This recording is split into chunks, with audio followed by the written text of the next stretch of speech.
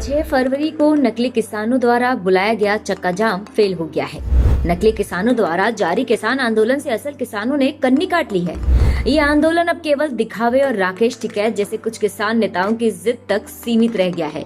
TFI पर आपका स्वागत है और मैं महिमा पांडे आपको बताने जा रही हूँ कि कथित किसानों द्वारा बुलाया गया चक्का जाम फेल हो गया है। पिछले लगभग 2.5 महीनों से संसद द्वारा पारित कृषि कानूनों के मुद्दे पर पंजाब और हरियाणा के तथाकथित किसान दिल्ली की सीमाओं पर विरोध प्रदर्शन और आंदोलन कर रहे हैं।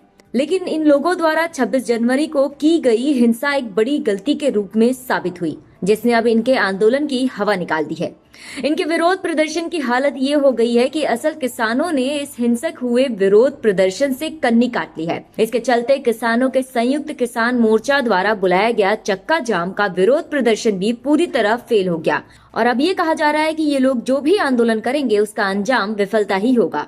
तथाकथित किसानों के आंदोलन का नेतृत्व कर रहे लगभग 32 किसान संगठनों के संयुक्त किसान मोर्चा ने 6 फरवरी को चक्का जाम के जरिए विरोध प्रदर्शन का ऐलान तो किया था, लेकिन इसके जरिए इन अराजकतावादी किसानों के आंदोलन की कमजोरी सामने आ गई है, क्योंकि विश्लेषक इसे किसी भी कीमत पर सफल नहीं मानते हैं। इसकी बड़ी वजह यह है कि देश के असली किसानों ने 26 जनवरी की शर्मसार करने वाली घटनाओं के बाद इस आंदोलन से अपने हाथ पीछे खींच लिए हैं, जिससे किसानों का ये आंदोलन केवल दिखावे और राकेश टिकैत जैसे कुछ किसान नेताओं के जिद तक सीमित रह गया है। दूसरी ओर 26 जनवरी की घटना के बाद पूरे देश में किसानों के आंदोलन को लेकर हाई अलर्ट था।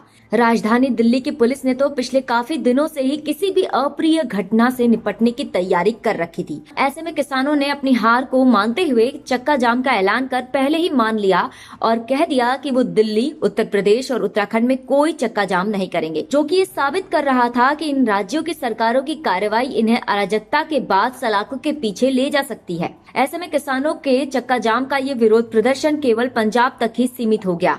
हरियाणा में छुटपुट घटनाओं के अलावा उत्तर प्रदेश और कर्नाटक समेत राजस्थान में कुछ राजनीतिक दलों के कार्यकर्ताओं ने किसानों का चोला ओढ़कर इस चक्का जाम को सफल बनाने की कोशिश तो की, लेकिन विफल रहे, क्योंकि असल किसान अब हिंसा के बाद अपनी बदनामी और स्वाभिमान के कारण घर लौट चुके हैं और जो बचे अराजकतावादी हैं उनका कहीं न कहीं किसी राजनीतिक पार्टी से या तो संबंध है या वो खुद को राजनीति में स्थापित करने की योजना बना रहे हैं। किसानों के आंदोलन की विश्वसनीयता के कम होने की एक बड़ी वजह राजनीतिक पार्टियां भी हैं। Congress, Sapa, RLD, RJD, TMC जैसे राजनीतिक दल आए दिन किसानों के आंदोलन को अपना खुला समर्थन दे रहे हैं और धरना स्थल पर जाकर अपनी खोई राजनीतिक जमीन पाने की कोशिश कर रहे हैं। इसके चलते मोदी सरकार के लिए आंदोलन को राजनीतिक करार देकर इसे नजरअंदाज करने का एक बड़ा और वाजिब कारण भी मिल गया है। किसानों को लेकर कहा जाता है कि वो स्वाभिमानी होने के साथ ही अपनी छवि को लेकर बेहद संवेदनशील होते हैं।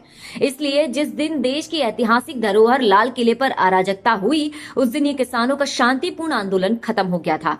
किसान अब अपने घरों की ओर लौटकर इस आंदोलन से खुद को अलग कर चुका है। यही कारण है कि चक्का जाम वाली अराजकतावादी तथाकथित किसानों की नौटंकी पूरी तरह फेल हो गई है और इसी तरह अब आने वाले समय में भी ये लोग जो भी विरोध प्रदर्शन का रास्ता चुनेंगे उसका अंत इनकी विफलता के साथ ही होगा।